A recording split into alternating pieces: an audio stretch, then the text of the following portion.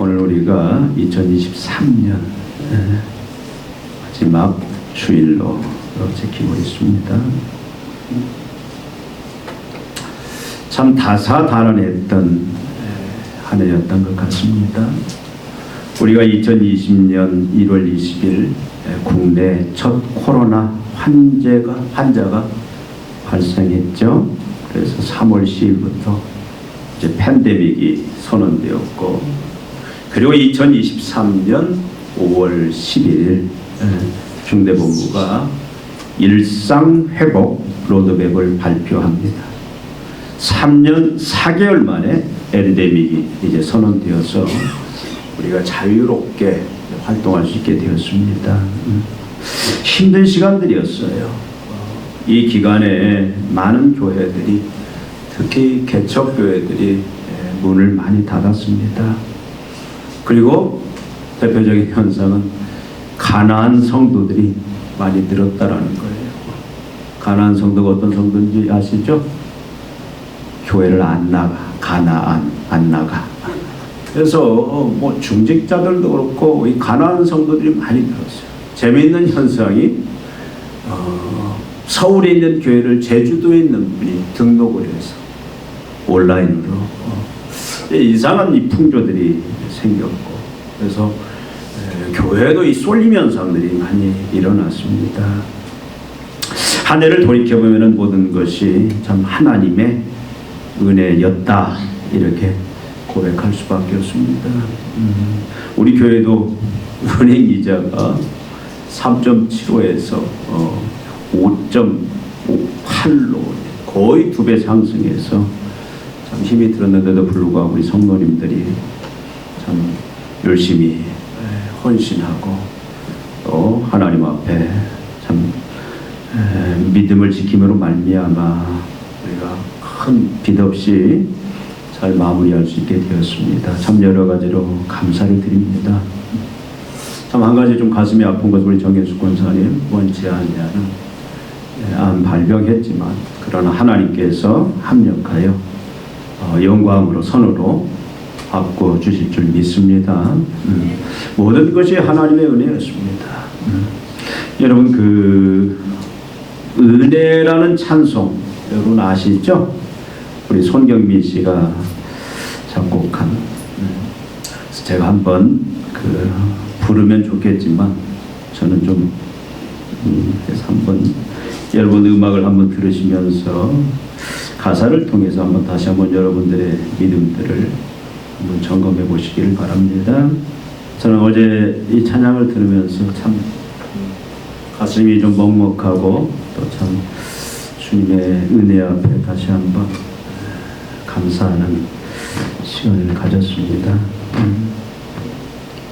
성삼위 하나님은 우리에게 은혜를 이미 주셨습니다.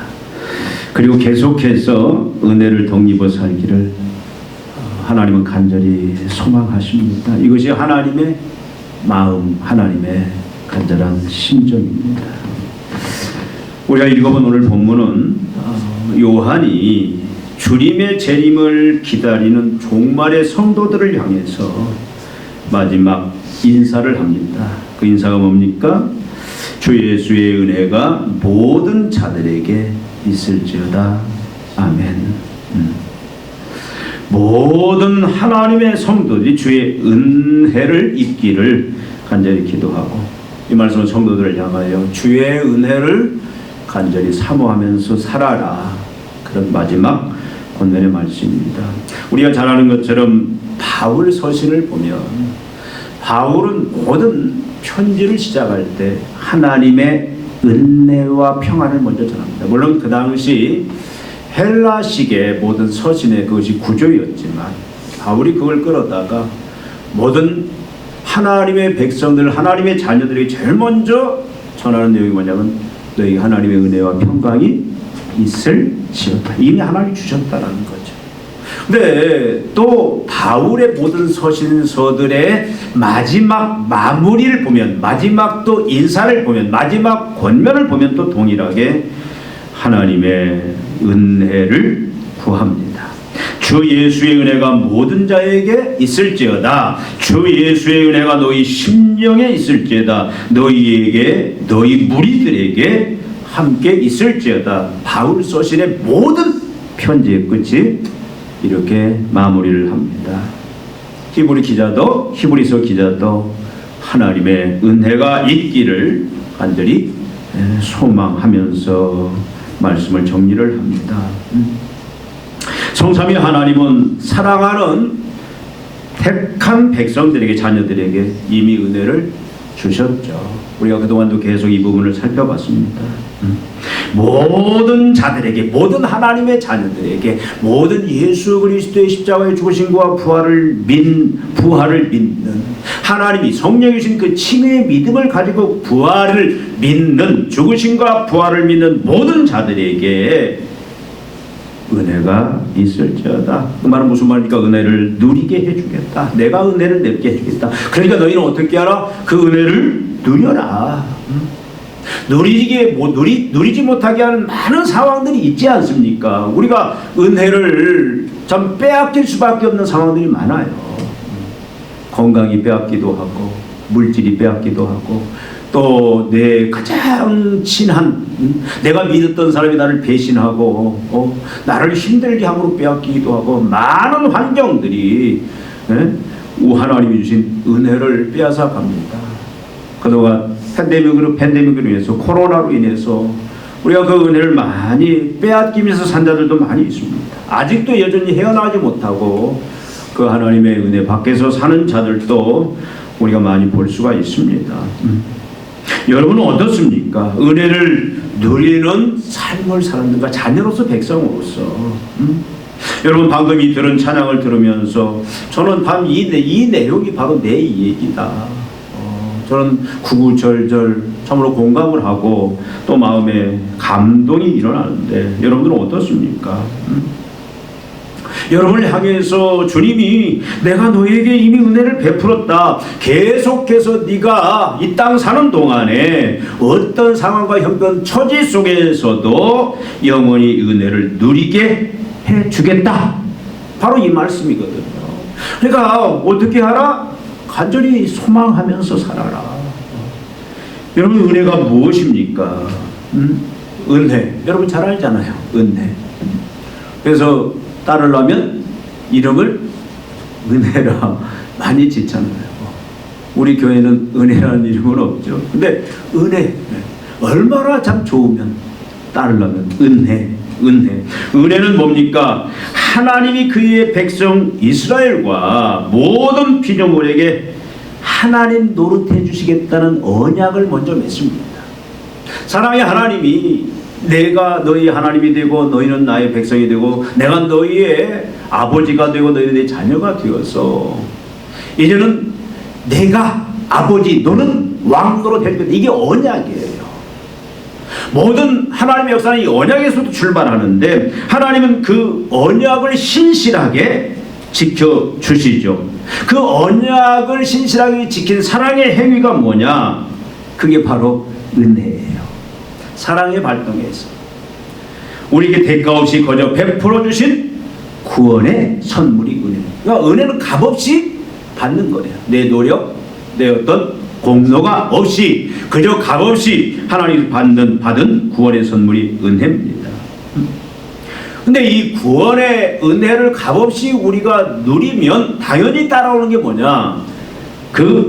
이제 그리스도 안에 있는 은혜를 덧입어 살 때 뭐가 따라오냐면 평강이 따라와요. 평강이 뭡니까? 원래 평강의 의미는 전쟁이 없는 그런 상태를 말합니다. 옛날에 전쟁이 참 많았잖아요. 전쟁. 여러분 전쟁이라면 얼마나 참 불안하고 두렵습니까? 근데 개인이 어떻게 보면 삶이 전쟁이에요. 나 자신을 보호하기 위해서 빼앗기지 않으려고 계속해서 긴장하고 참 갈등하고, 이것이 인생의 모든 실존의 모습인데, 평안이란 말은 그 전쟁에서 해방되었다라는 거예요.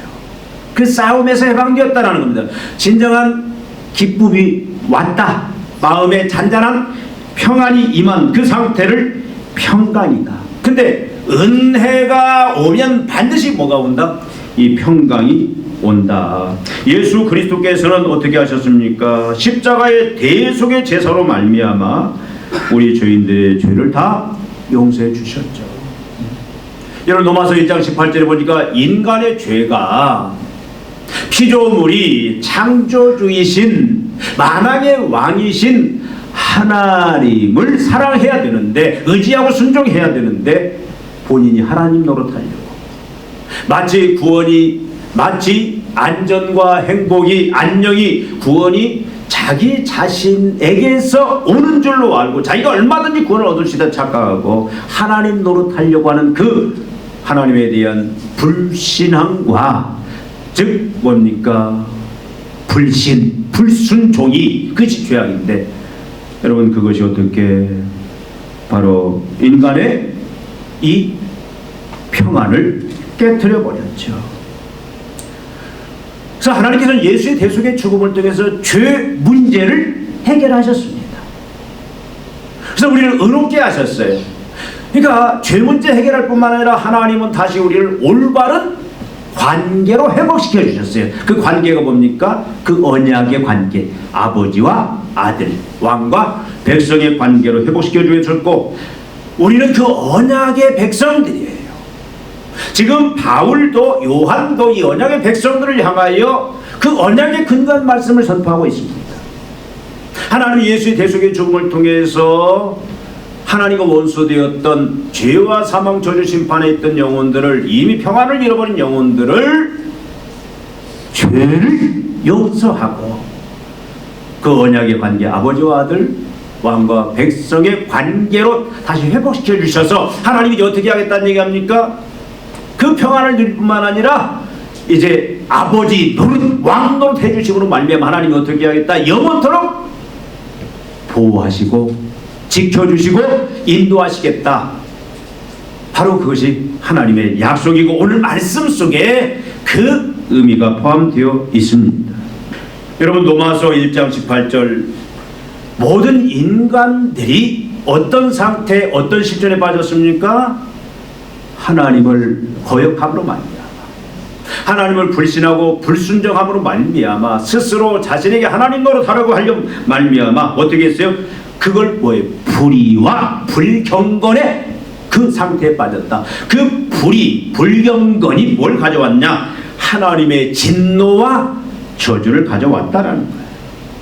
하나님의 진노와 저주가 뭡니까? 결국 우리가 육신의 죽음도 그 진노 저주에서 온 것이고, 죽으면 끝납니까? 아니에요. 죽으면 어떻게 되죠?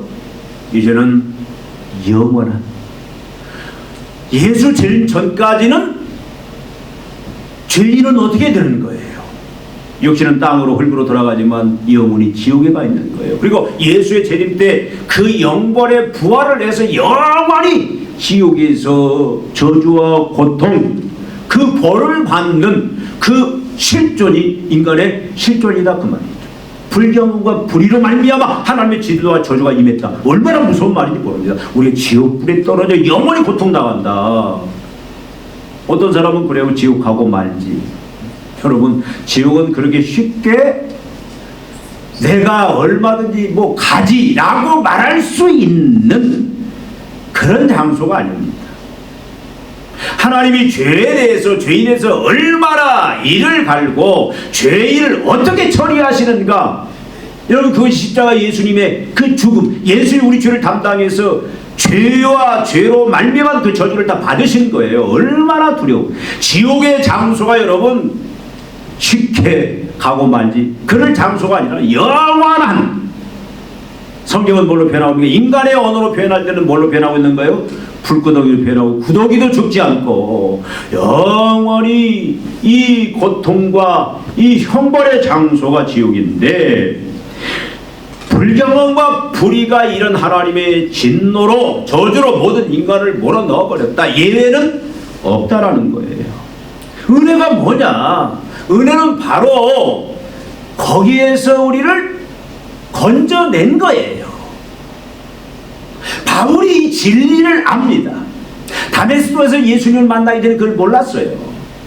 근데 다메섹에서 예수님을 만나고 난 뒤부터 자기가 죄인이라는 사실을 깨닫고 그 죄가 자기를 얼마나 참 시가 떨리는 얼마나 무서운 그 하나님의 진노와 저주로 몰아넣은지를 본 거예요.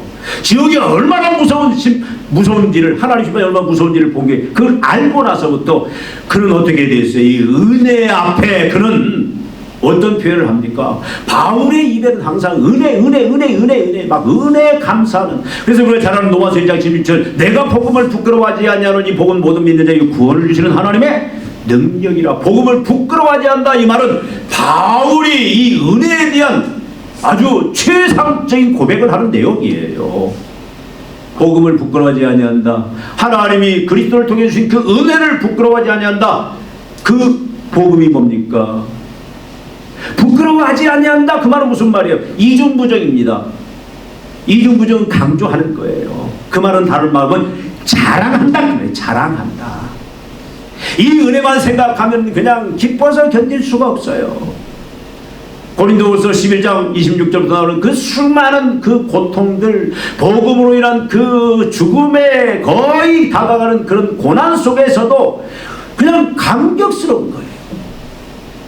여러분, 바울의 인생이 겉으로 볼 때는, 사람의 눈으로 볼 때는 여러분 고난이었어요. 참 고통이었어요. 우리가 어떻게 저렇게 삶을 사냐지만 바울의 심령을 보면은요, 은혜로 말미암아 그런 항상 기뻐하는 삶이었어요. 기쁨의 삶이었어요. 은혜로. 여러분, 우리는 예수님의 고난 주간을 보면은 예수님이 얼마나 고통당했나, 막 고통적으로 고난적으로 몰아가지만 사실 예수님은 육체적으로 그런 고난의 모습이지만 예수님의 심령은 얼마나 기뻐했는지 몰라요. 뭐가? 은혜가. 여러분, 은혜는 예수님이 이제 전에도 계속 말씀드렸듯이 마실 잔, 그 십자가의 죽음의 잔을 눈앞에 두고 마지막 날 밤 제자들과 함께 만찬을 베풀잖아요. 떡을 떼면서 포도주를 하면서 내 피라 내 몸이다. 자신의 다가오는 죽음이 얼마나 잔인한, 우리의 죄를 대속하기 위한 죽음이 얼마나 잔인한 죽음인지를 주님이 아시는 거예요. 그 잔인한 죽음, 이것이 내 몸이다, 내 피다. 그러면서 이것이 너희를 구원할 것이다. 이것이 은혜 잔이다. 예수님이 여러분, 그리고 어디로 가냐면 겟세마네로 가요. 기도하러. 그리고 이제 십자가에 그 저주의 죽음을 우리 대신해서 죽으시는데, 그때 주님이 괴로워했냐? 물론 괴로움이 있었어. 이 잔을 피하. 그러나 주님이 어떻게 하고 갔더라?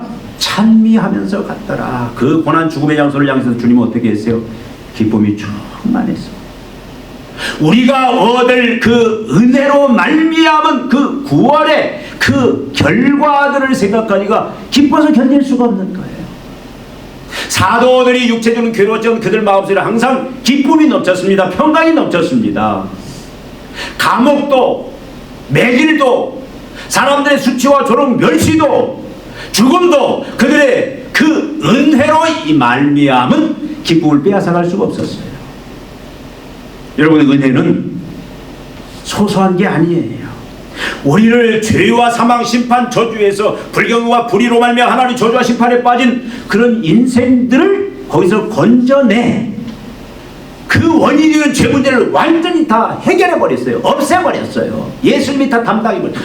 그리고 우리를 하나님과의 바른 관계, 그 관계로 회복시키신 게, 그래서 은혜는요, 여러분, 은혜의 본질을 아는 사람은, 은혜가 무엇인지를 아는 사람은 여러분 이 땅에 살면서 예수님처럼 사도들처럼 기뻐하면서 살 수밖에 없습니다.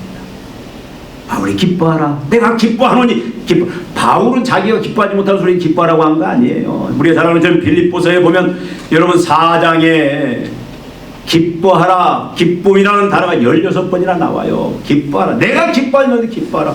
무엇이 그렇게 만들었느냐? 바로 이 은혜가 하나님에 대한 불경과 불의로 말미암은 하나님의 저주 심판에서, 그 무서운 심판에서 건져낸 그 은혜가 어떤 것인지를 아니까 기쁨, 평안. 그래서 예수 그리스도의 대속의 죽음을 통하여 성령이 주시는 그 칭의의 믿음을 통하여 하나님의 자녀 백성된 자들을 향하여 너희는 당연히 이제는 어느 자리에 있다? 은혜의 자리에 있는 자다. 그래서 항상 시작할 때마다 은혜와 평강이 너에게 있을지어다. 그리고 마지막에 은혜를 우리에게 누릴지어다. 그렇게 선포하고 있습니다. 여러분, 바울은 감사 못할 게 없었어요. 세상이 그 어떤 그 은혜를 가둘 수가 없습니다. 어떤 것. 여러분, 하나님의 자녀들이 우리가 원래 어떤 자리에 있었던지, 우리의 실존이 원래 죄, 불경과 불의 말미암아 우리가 가게 될 그 운명이 어떤 자리인지를 우리가 영의 눈을 통해서, 육체의 눈이 아니라 성령의 그 눈을 통해서 하나님의 그 마음으로 그걸 보는 자는 감격하면서 감사하면서 산다. 여러분, 1년 동안 어떻게 사셨습니까? 감사하면서 감격하면서 사셨습니까? 조금은 어떤 물질의 문제나 건강의 문제, 인간관계 문제, 어떤 환경의 문제가 생기면 에이씨, 못해 먹겠네. 어떤 사람은 그래요. 하나님을 향해서 죽여라 죽여, 죽여라 죽여, 막 그렇게 발악을 하는 사람도 있어요. 은혜를 아는 사람은요, 은혜가 뭔지를 아는 사람은, 값없이 주신 예수 안에 주신 그 은혜를 아는 사람은 그럴지라도, 그럼에도 불구하고 무조건 기뻐하고 감사하고 즐거워한다. 여러분, 은혜는 또 뭡니까? 은혜는 하나님의 약속의 결과물들입니다. 하나님은 언약의 하나님이라고 했잖아요. 우리가 이미 언약을 맺었습니다. 우리는 언약 백성이에요. 언약 백성이란 말은 무슨 말이에요? 하나님이 이제 너를 위해서, 너와 내가 약속하겠다. 내가 너를 예수 그리스도의 복음을 통해서 내 자녀로 내가 만들었다. 백성으로 만들었다. 그러니까 이 관계는 영원히 깨어지지 않는다. 영원히 취소되지 않는다. 이 관계는 영원하다. 그러면서 이 관계 속에서 내가 책임지고 너에게 아버지 노릇, 왕 노릇, 아버지 역할 왕 노릇 내가 해주겠다. 여러분, 이게 하나님의 의라는 겁니다. 의라는 것은 도덕적인 개념도 있지만 관계론적인 개념이에요. 약속의 책임을 지는 것, 절대 불변하지 않고 변하지 않고 한 번 약속은 반드시 지키는. 그래서 하나님의 의를 이야기할 때는 반드시 뭐냐면 신실함이 나오는 거예요. 하나님이 신실하신 분이다. 여러분, 우리는 어떤 백성입니까? 하나님의 언약의 백성으로 하나님이 이제는 우리를 향해서 우리가 예수를 믿는 순간부터 우리들에게 이미 던졌고 계속 날마다 순간마다 우리를 향해서 주님이 속삭이시는 말씀, 선포하는 말씀이 뭐냐? 내가 네 아버지다. 네 왕이다. 그래서 내가 어떻게 하겠다? 너를 보호하겠다. 너를 인도하겠다. 안전하게 안녕과 축복과 영광으로 내가 너를 머리끄다 덜끄다 상관없이 이 광야길 내가 통과할 수 있도록 책임져 주겠다. 이게 바로 은혜의 중요한 개념입니다. 여러분, 하나님 우리를 보호하고 인도하기 위해서 어떻게 하셨습니까? 예수 그리스도를 통해서 우리의 죄를 다 해결해 버렸어요. 우리가 죄인 이상 하나님 우리와 함께 하실 수가 없습니다. 그래서 예수님의 십자가의 죽으심을 알면 우리 죄를 다 해결해 버렸고, 성령님이 우리에게 예수의 십자가의 대속의 죽음을 믿고 받아들임을 말미암아 우리를 거룩하게 만들었어요. 그래서 우리 거룩한 존재로 만들었고, 이제는 우리를 어떻게 했어요? 성삼위 하나님 우리를 성전 삼아서 이제는 우리 안에 들어와서 우리가 하나님의 거처가 된 거예요. 우리가 성전이 된 겁니다. 그래서 하나님 성삼위 하나님은 날마다 무소부재하신 그 하나님은 천상에도 계시지만 날마다 어디 계세요? 우리 안에, 내 안에 나와 함께 하신다. 임마누엘 하나님. 뭐하기 위해서? 보호하시고 우리를 인도하시기 위해서, 우리를 안전과 행복으로 평화로움으로 인도하기 위해서. 여러분, 그것이 은혜의 중요한 개념이다 그 말이에요. 그 은혜를 어떻게 표현합니까? 하나님은 우리를 어떻게 한다? 먹이시고 입히신다. 들의 백합화를 봐라, 공중의 새를 봐라. 누가 먹이고 입히느냐? 하나님이. 하물며 자녀들인 너희들일까 보냐. 그래서 무엇을 먹을까, 무엇을 입을까, 무엇을 마실까 염려하지 말아라. 이건 이방인들이 구하는 것이다. 그래서 우리는 하나님의 나라와 하나님의 의만을 구하라. 하나님의 의만을 구하라. 그러면 이 모든 것을 내게 도와주리라. 하나님의 통치와 하나님의 의, 하나님의 그 의가 뭡니까? 우리와의 맺은 그 언약에 책임지시고 신실하시는 그 하나님의 속성을 구해서 이제는 뭐예요? 하나님이 책임져 주신 그 약속을 믿고 하나님의 통치만을 구하라, 그 말씀 아닙니까?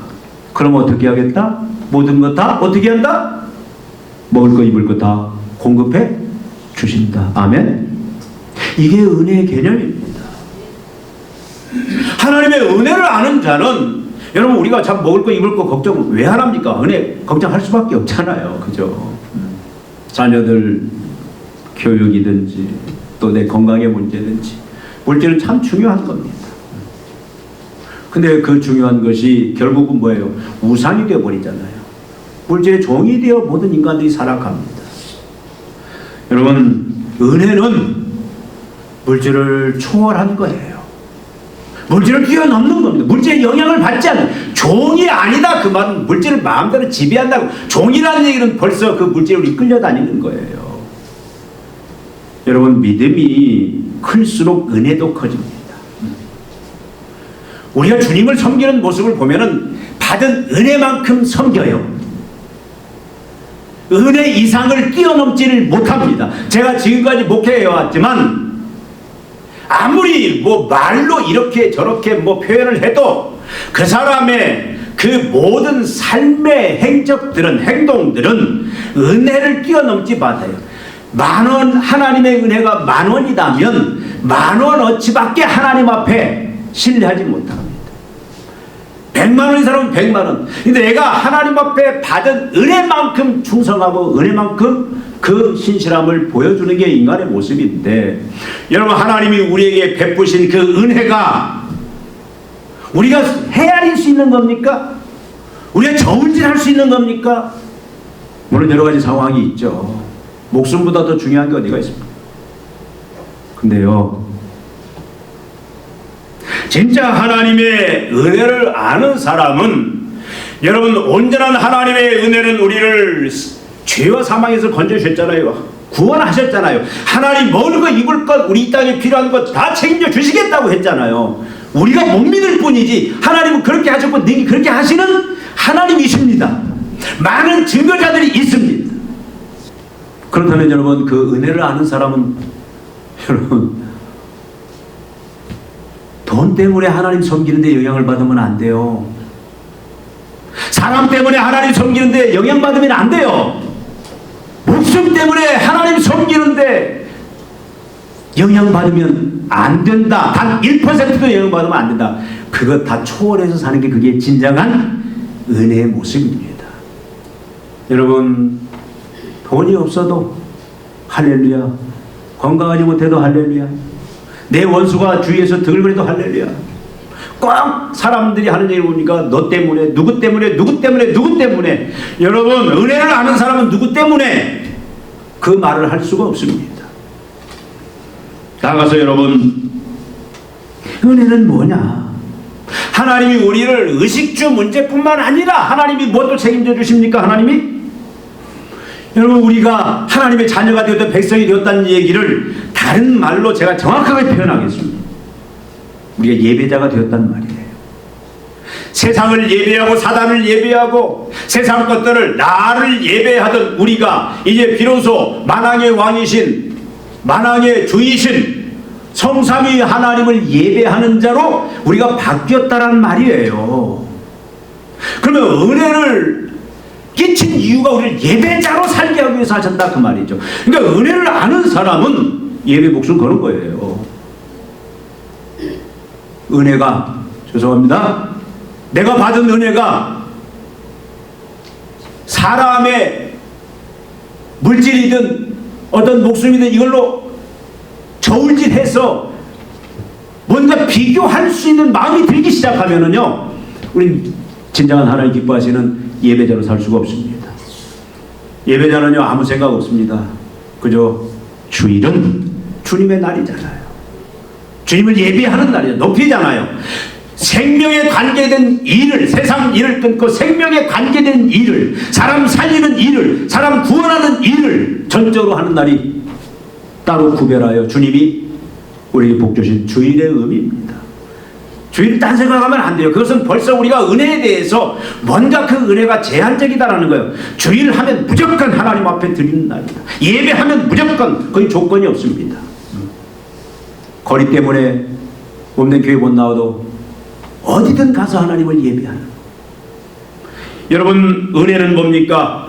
우리를 사역자로 만든 겁니다. 하나님이 다 모두 우리에게 은사를 주셨어요. 은사 없는 사람이 없습니다. 왜 은사를 주셨습니까? 하나님의 일을 감당하도록 하기 위해서. 그러니까 은혜가 충만한, 은혜를 아는 사람은 어떻게 해요? 누가 시키지 않아도, 목사님이 시키지 않아도, 교회에서 어떻게 뭐 강요하지 않아도 알아서 자기 받은 그 은사를 가지고, 아, 내가 하나님의 나라에서, 하나님의 몸된 교회에서 내가 이렇게 사역해야 되겠다, 성령이 주시는 그 감동에 의해서 일을 해나가는, 그것이 은혜자의 참 모습이다, 그 말씀이에요. 나이에 상관없습니다. 세상은 은퇴하지만 하나님 나라는 은퇴가 없어요. 언제 은퇴합니까? 죽는 게 은퇴하는 거예요. 죽는 순간. 마지막까지. 우리는 사역자. 그러니까 은혜는 뭡니까? 우리를 사역자로 만들었는데, 그럼 하나님이 우리를 그 은혜를 주셔서 사역자 만든 것은 뭐예요? 그 사역에 필요한 모든 것들을 하나님이 어떻게 하겠다? 공급해 주겠다라는 거예요. 사역하는데 내가 지금 몸이 다 망가져서 죽을 때, 그럼 그것 때문에 나 일 못합니다, 그렇게 하는 게 아니라, 하나님 나를 사역자 세웠는데 내가 지금 이것 때문에 방해를 받고 있습니다. 은혜는 뭡니까? 그걸 뛰어넘는 거예요. 그럼 하나님이 어떻게 합니까? 필요하면 건강도 주시고, 물질이 필요하면 물질도 주시고, 사람이 필요하면 사람도 주시고, 법이 필요하면 법도 바꿔서라도, 세상 정책을 바꿔서라도 하나님은 그 사역을 반드시 하게 하시는, 그것이 은혜의 하나님이고 은혜를 아는 자의 삶의 모습이다. 여러분, 우리는 전도자로 세워질 받았습니다. 은혜라는 게 뭐예요? 전도자로 세움을 받았다는 얘기예요. 여러분 다 전도자입니다. 교역자만 전도자가 아니에요. 우리는 예배자로, 우리는 사역자로, 우리는 전도자로 부름을 받았는데, 뭐가? 은혜가 그렇게 만든 거예요. 여러분, 은혜를 안다면 내가 하나님 앞에 받은 그 은혜가 무한하다는, 하나님이 자기 생명 독생자 예수를 주시기까지 우리를 그 사랑하신 그 사랑의 행위가 바로 은혜인데, 값없이 주신 은혜인데, 그걸 아는 사람은 어떻게 합니까? 전도에 목숨 거는 거죠. 바울이 그랬잖아요. 나의 달려갈 길과 죄수께 받은 사명, 하나님의 은혜의 복음 증거하는 일을 마치려면 나의 생명을 조금도 귀한 것으로 여기지 아니하노라. 오직 성령이 너희에게 마시면 되어 권능을 받고 예루살렘과 온 유대와 사마리아 땅까지 내 증인이 되리라. 증인이 된다는 말은, 증인은 뭡니까? 순교자가 된다, 그 말이에요. 계시록에 모든 교회는 예수의 증인인데, 그 증인은 뭘로 증명이 되냐면 순교로 증명이 되는 거예요. 순교로. 여러분, 은혜가 값싼 게 아니에요. 은혜는 우리가 머리로 계산해보고, 수판 튕겨보고, 저울질해보고, 그것에 의해서 우리가 주님 앞에 우리의 삶을 결정하는 게 아니다, 그 말씀입니다. 여러분, 1년을 마무리하는 오늘, 우리가 오늘 이 말씀, 주 예수의 은혜가 너에게 있을지어다, 너희 우리에게 충만히 있을 때 네 심령이 차고 넘칠지어다, 그 말은 하나님이 너에게 이미 은혜를 주었다, 그 앞으로도 계속 은혜를 줄 것이다, 의식주의 문제 보호하고 인도하겠다, 너를 예배자로, 너를 사역자로, 너를 전도자로 내가 그 은혜를 세웠는데, 그걸 감당하는 필요한 것들, 건강이 필요하면 건강, 물질이 필요하면 물질, 모든 것들을 내가 책임지고 공급해 주심으로 말미암아 넉넉히 감당하는 자리에 이르게 하겠다. 그러니까 어떻게 해라? 사모해라, 사모해라. 바로 그 말씀이에요. 여러분, 어떻게 은혜를 아십니까? 여러분, 길거리 옛날에 도를 아십니까? 들어봤어요? 도를 아십니까? 이단들이 도를 아십니까?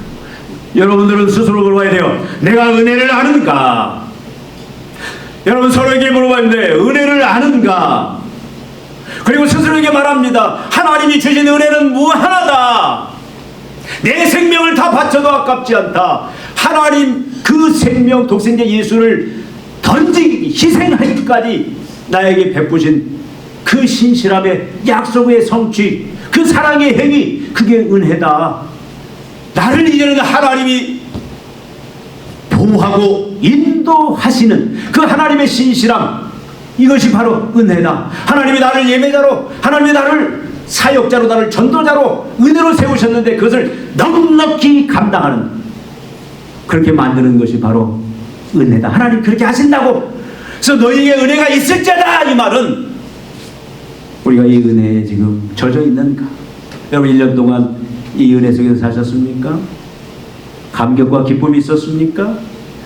저는 여러분 원치 아니하는 여러 가지, 참 하필 나한테 왜 이런 일이 오느냐, 그것이 물질이든 건강이든 사람 관계든 그럴지라도 그럼에도 불구하고 여러분들은 바울처럼 항상 기쁨과 감격을 누리는 것이.